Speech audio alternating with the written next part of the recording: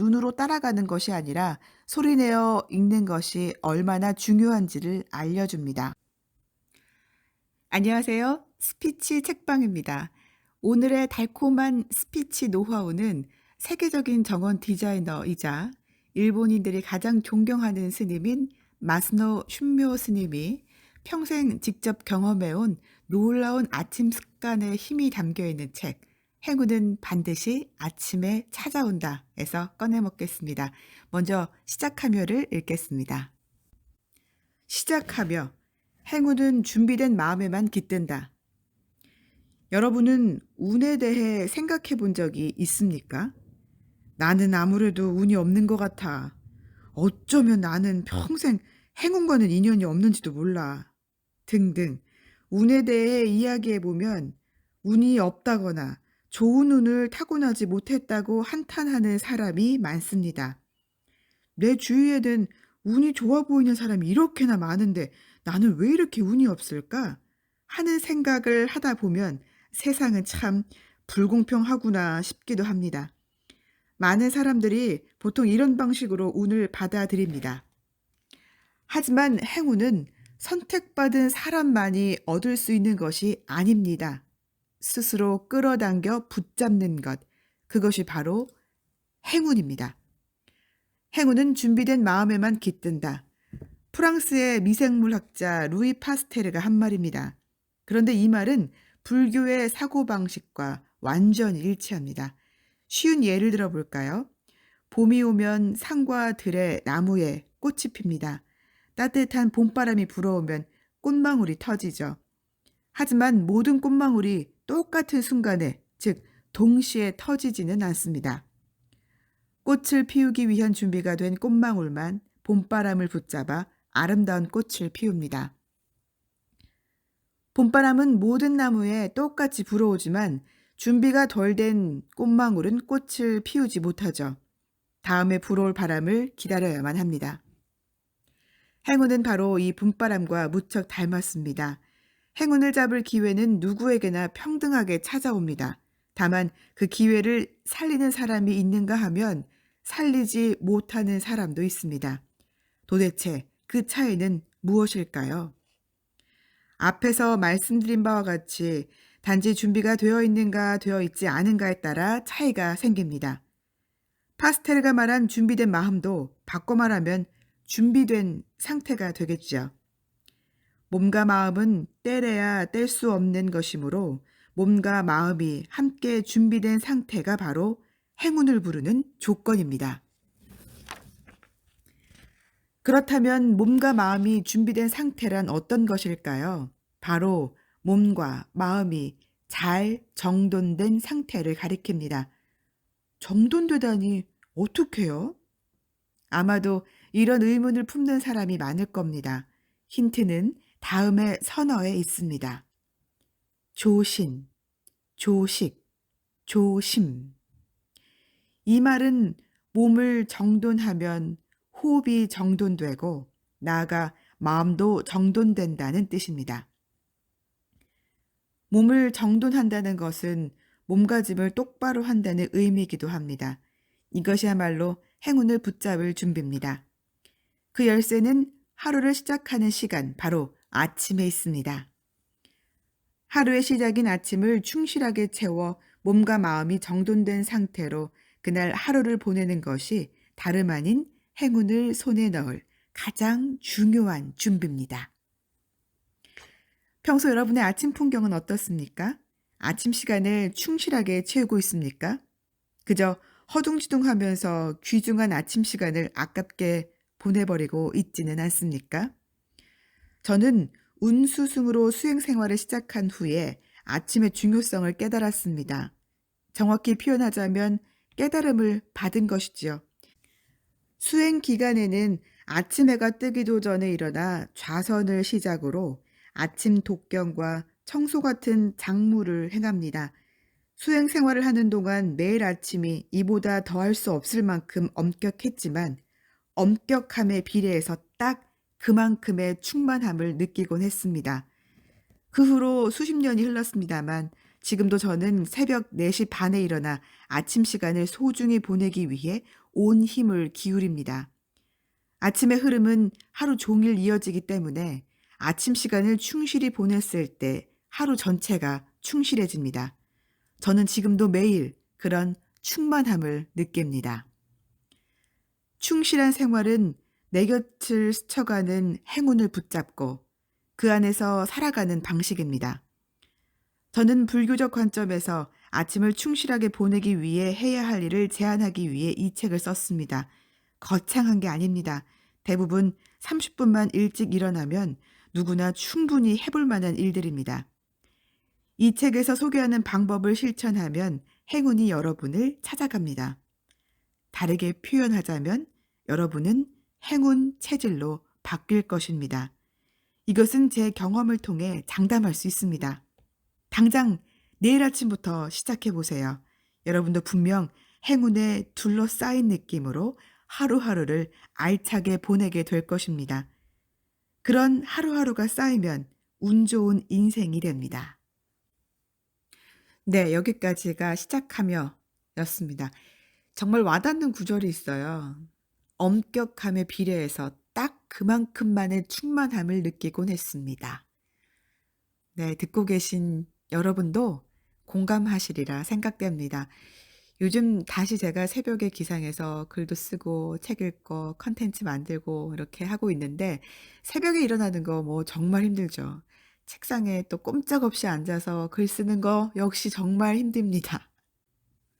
근데 이 책에서 말하는 것처럼 하기 싫은데 다 쓰고 나면 또 그렇게 충만해지고 영상 제작하는 것도 하고 나면 힘들었던 것 딱 고만큼 뿌듯해지고 그 충만함의 에너지가 삶을 행복하게 또 이어가게 해 주는 것 같습니다. 힘들지 않고 즐기는 것은요 물론 있죠. 근데 그 순간 재미는 있지만 충만함이라는 것하고는 명백히 다른 것 같아요. 날 성장시켜 주지는 못하는 거겠죠. 뭐 산에 오르는 것도 힘든 만큼 딱 뿌듯함이 그만큼 있고 뭘 배우는 것도 쉽게 배우는 것은 딱 고만큼 또 어렵게 배우는 건 딱 그만큼의 힘든 만큼 충만함이 채워지는 것 같습니다. 아, 책 읽기 이어가 봅니다. 좋은 글귀를 소리내어 읽는다. 이심전심이라는 말 꽤 자주 쓰입니다.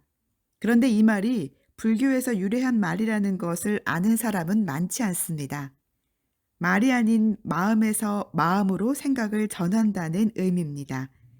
이심전심. 이것만큼 널리 알려지진 않았지만 일기일회도 불교에서 나온 단어입니다. 일기일회는 엄밀히 말하면 선어라기보다는 다도에서 탄생한 말입니다만 선과 다도의 사상은 서로 깊은 연관이 있으므로 여기에 담긴 생각도 선의 마음과 같다고 생각합니다. 이 말은 그 사람과 만나는 그 시간은 평생에 한 번뿐이며 두 번 다시 돌아오지 않는다는 의미입니다. 그러므로 그 순간을 소중히 여기고 상대에게 할 수 있는 모든 성의를 다 베풀라는 말입니다.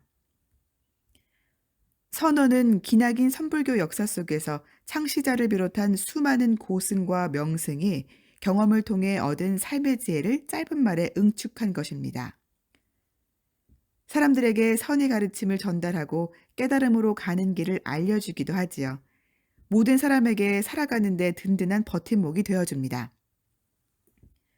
그런 선어를 가장 또렷하게 깨어있는 아침에 읽는다면 얼마나 좋을까요? 아침 일과로 정해두고 한 가지 선어를 소리내어 5번 읽어보세요. 이때 눈으로만 읽는 것이 아니라 목소리를 내어 읽는 것이 포인트입니다. 묵독을 하면 글이 눈으로만 들어오지만 소리를 내면 눈뿐만 아니라 귀로도 들어옵니다. 귀를 통해 소리로 들어온 글은 마음을 울립니다. 진원종을 창시한 홍법대사 공해스님이 다음과 같은 말을 했습니다. 진원을 말하면 그 진원이 빛이 되어 자신을 감싼다. 진원은 진실한 말이라는 의미입니다만 넓은 의미로는 주문 같은 짧은 불경이라고 생각하면 됩니다. 진언을 말하면 빛에 둘러싸인다고 공예 스님은 말합니다. 단순히 글자를 눈으로 따라가는 것이 아니라 소리내어 읽는 것이 얼마나 중요한지를 알려줍니다. 서점에 나와 있는 선어를 담은 많은 책 중에서 한 권을 골라 구입하여 매일 아침 읽어보세요.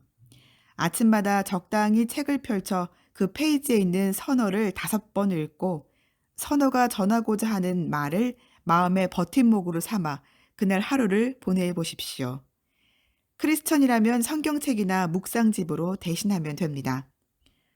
어느 날 문득 펼친 페이지에 나온 선어가 1일 시호일이라면 어떨까요? 오늘 하루 동안 좋은 일, 즐거운 일이 있을지도 모르고 반대로 힘든 일, 괴로운 일을 만날지도 모릅니다. 좋은 일만 있다고 해서 무조건 좋은 날도 아니고 힘든 일이 생겼다고 해서 나쁜 날도 아닙니다. 괴로운 일도 오늘 나만이 맛볼 수 있는 소중한 인생의 체험이니까요. 이 말은 날마다 좋은 날, 그 어떤 날도 무엇과 바꿀 수 없는 좋은 날이라는 의미입니다. 이 선어를 마음에 새기고 버팀목 삼아 하루를 보냅니다. 그러면 혹시 일이나 인간관계에서 힘든 일이 생겨도 이러다 죽을 것 같아. 하지만 잠깐만, 이것도 내 인생의 소중한 경험이겠지. 그렇다면 이 괴로움도 꿋꿋하게 받아들여야지 하는 생각이 듭니다. 선어를 마음의 버팀목으로 삼으면 마음의 상태도 변합니다. 죽을 것 같이 괴롭고 힘든 경험도 정면으로 받아들여 인생을 살리는 경험으로 바뀝니다. 망상. 이런 선어가 담긴 페이지를 펼친 날은 어떤 하루가 될까요? 이 말은 망상 따위는 해서는 안 된다는 의미입니다.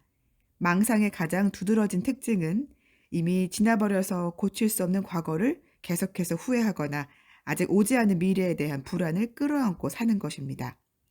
하지만 이 선어를 하루의 버팀목으로 삼으면 그때 이렇게 했다면 좋았을까? 아니, 이런 생각이야말로 망상이야. 중요한 것은 지금이야. 어쨌든 오늘을 열심히 살자 하는 생각을 하게 됩니다. 네, 여기까지가 책의 일부였습니다.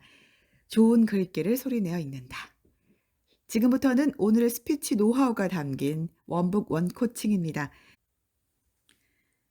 이때 눈으로만 읽는 것이 아니라 목소리를 내어 읽는 것이 포인트입니다. 묵독을 하면 글이 눈으로만 들어오지만 소리를 내면 눈뿐만 아니라 귀로도 들어옵니다. 귀를 통해 소리로 들어온 글은 마음을 울립니다. 진언을 말하면 그 진언이 빛이 되어 자신을 감싼다. 진언은 진실한 말이라는 의미입니다. 진언을 말하면 빛에 둘러싸인다고 공예 스님은 말합니다. 단순히 글자를 눈으로 따라가는 것이 아니라 소리내어 읽는 것이 얼마나 중요한지를 알려줍니다. 네, 너무 좋은 글귀라서 다시 한번 읽어봤습니다. 이왕이면 아침에 소리내어 좋은 책을 한번 읽어보세요. 단순히 글자를 눈으로 따라가는 것이 아니라 소리를 내어 읽는 것이 중요합니다. 라고 이야기하고 있죠. 이때 좋은 목소리로 읽으면 더욱 좋겠죠. 좋은 목소리라는 것은 뭐 아나운서, 성우 같은 목소리를 말하는 건 아닙니다. 물론 그 정도로 하면 더 좋겠죠. 그리고 누구나 다 그렇게 할 수 있어요. 좋은 목소리, 아나운서나 성우 같은 목소리를 누구나 다 낼 수 있습니다. 하지만 일단은 내가 뭐 아나운서처럼 해야지, 성우처럼 해야지라는 생각을 갖고 하는 것보다 더 중요한 것은 내 귀에 또 내 마음에 정성을 들여서 말해준다. 이렇게 생각하면서 호흡을 담고 음미하듯 얼굴에 미소까지 띠고 정성 들여서 읽는 것부터 시작하면 충분합니다. 그리고 이왕이면 녹음을 해서 한번 더 내 귀와 몸에게 한번 들려줘 보세요. 그렇게 한쪽 소리내어 읽다 보면 그것이 이제 한 권이 되고 두 권이 되어 갈 때쯤이면 여러분의 목소리는 분명 달라져 있을 겁니다. 내 목소리가 내가 듣기에도 참 좋다라는 마음이 생길 겁니다. 이 책은 소소한 아침 습관에 대해서 아주 읽기 쉽고 또 마음이 막 움직여서 당장이라도 막 실천하고 싶은 내용들이 참 많아요. 그래서 옆에 두고 그냥 아무 쪽이나 펼쳐지는 대로 한 꼭지씩 소리내어 읽어 봐도 참 좋을 것 같습니다. 지금까지 스피치 책방이었습니다.